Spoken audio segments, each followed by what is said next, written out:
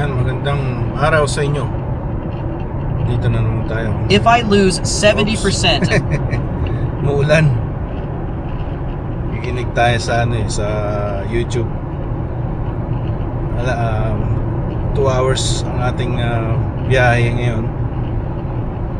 Tapos yan, umulan. Kahapon maaraw ngayon Friday, June 5. Yan. Sa mga brothers ko na May 30th tsaka June 2, happy belated birthday sa inyo. Pero 1 year ang pagitan nila, no? So isa May 30th si Bob, he turned 50. Yan. Tapos yung isa is he turned 49. Yan, malapit na rin mag 50. So yan, sa pagka mga 50s yan, kailangan naka-ready ka na sa mga planning mo sa retirement. Yung ating society, Finland yan, is 65, but yung ating ang tawag nun, yung estimated ng ating buhay is around 70s. Yan, life expectancy ang ibig kong sabihin. So why would they only have I think 71 dito sa Canada, no? So for male. So 65 ang society na pinrogram. So why would you work almost 40 or 30 years, sabihin natin, and then only live your retirement for 65, so 6 years? So it doesn't make sense, ano? So it's all up to you kung gusto mong mag-retire, but you gotta start investing early. Yan ang pinopoint out ko, no?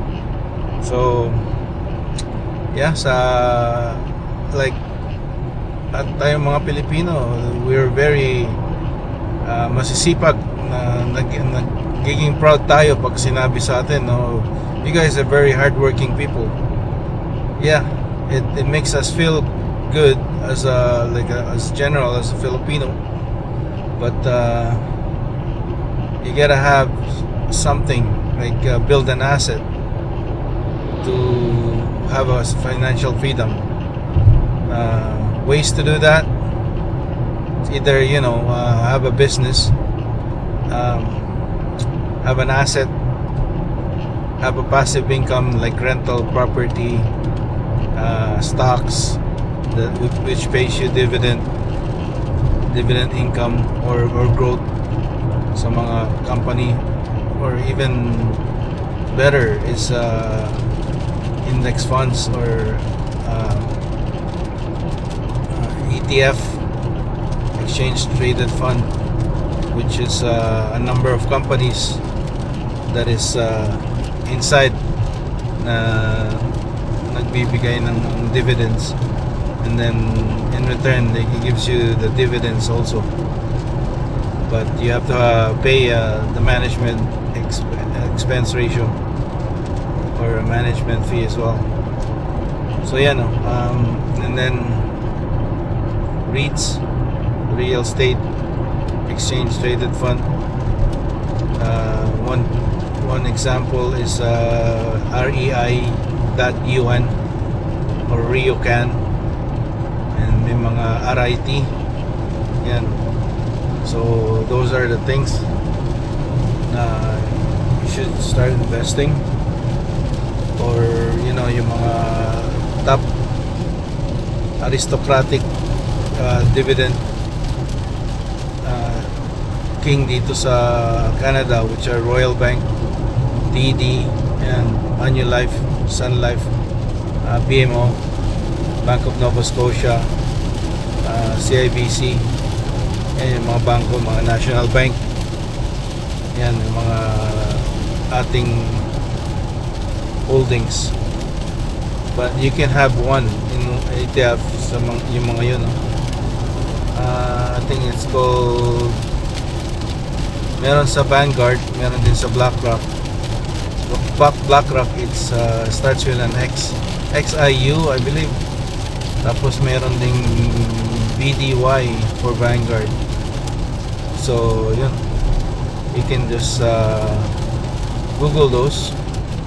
Everything is AI, but sometimes yung AI, it just it goes by whatever the database is at sa data center nila, no? Sometimes may mga bagong mga concept na kailangan mong matuto, new concept, because always the time is and life is always evolving, right, and changing. So you gotta have something na, you know, as a foundation. Yan, dito tayo sa McBride. Taas ng tubig. Pagka ano, maiksi, maiksi. Konti lang yung tubig dyan, eh. Ngayon, umulan. Dito tayo. Nasa rest area tayo dito sa between McBride and Prince George. Kaya may mga charger sila dito. Pero walang Tesla. Pero siguro compatible din yan sa Tesla. Alright. Maganda, may ano din, playground sa mga bata. Rainforest. Ito kaya, this globally unique area is on the world's remaining inland rainforest. This wet forest contains cedar trees over 1,000 years old, rare plant species that are still being discovered by scientists. As our climate continues to change, this area of protected forests is an increasingly important source of biodiversity that will help maintain the ecosystems in the future. Ano to tawag nito, rainforest. Ancient forest pala, malapit na tayo. Ancient forest.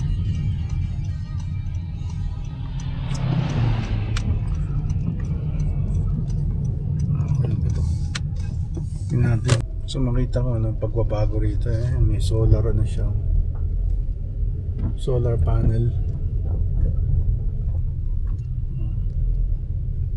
on-site mechanical. Yan, bago yung building na yan, public parking. I guess opisina yun.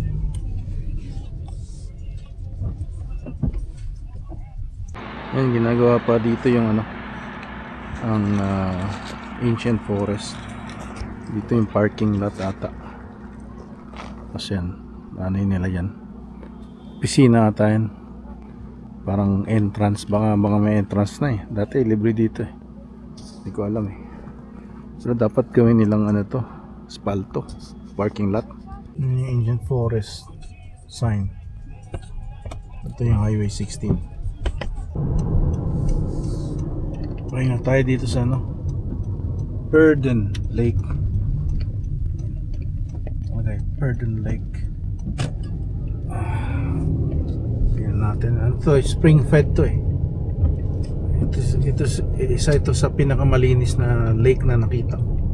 Kasi talagang galing sa bukal ng spring water.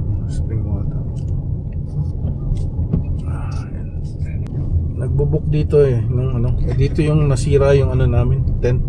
Lakas ng hail. Lalaki.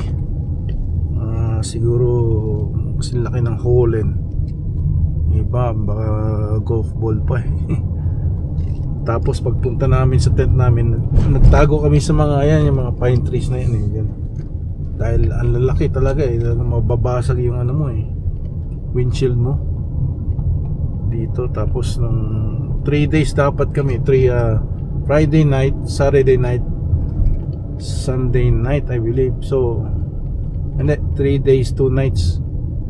Ang nangyari lang is 1 night lang kami kasi nung Saturday morning ata yan, ang lakas nung hail, nasira lahat ng ano namin sa pati mga gamit, yung mga lagayan ng kanin, ng bigas sa loob basag dahil mabigat yun eh, yung hail.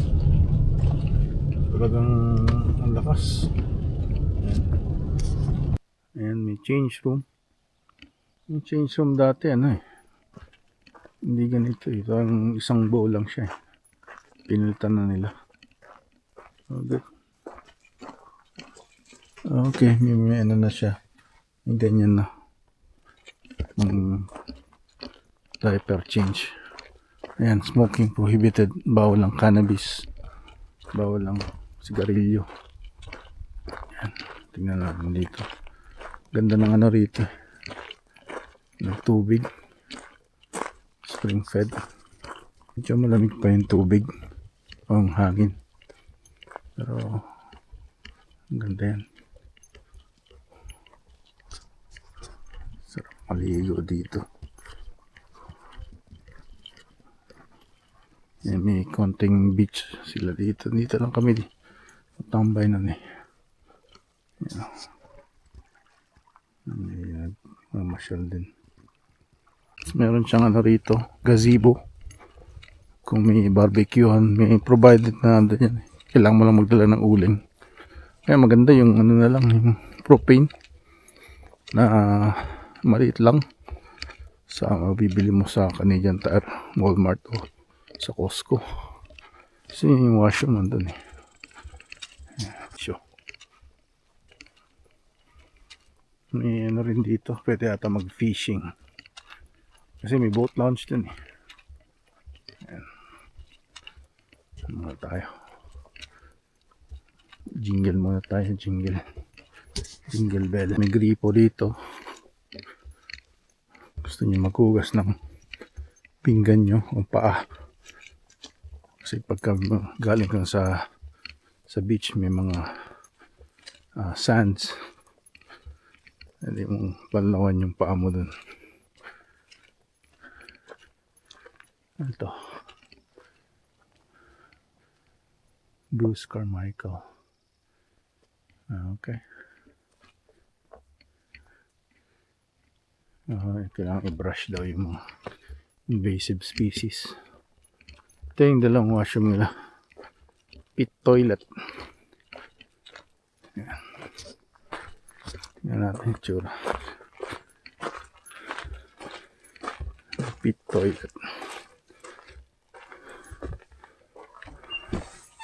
Ayan lang. Buksan mo lang. Buksan mo siya. Natin kung nag-work yung gripo. Nag-work. Ayos. Pero non-potable ata yan. Bawal inumin. Hindi siya na boil. Kumbaga sa milk hindi siya na fertilize. Tama ba yun? Pasteurize pala. Daming words kasi na ano eh. Parang sa utak mo eh, pare-pare sa meaning. Yan. Pwede mag-camping dito. Ito yung gazebo. May basurahan doon. Saan na yan? May parang fire pit lang ata. Wala palang barbecuehan. Ayan.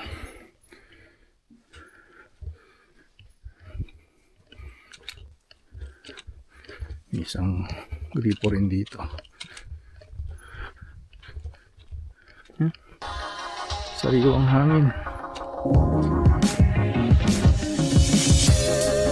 Beware of bear. Siyempre, takot naman yung mga bear sa tao. Pag nagugula sila, may defensive sila. Sila protective eh. Territorial.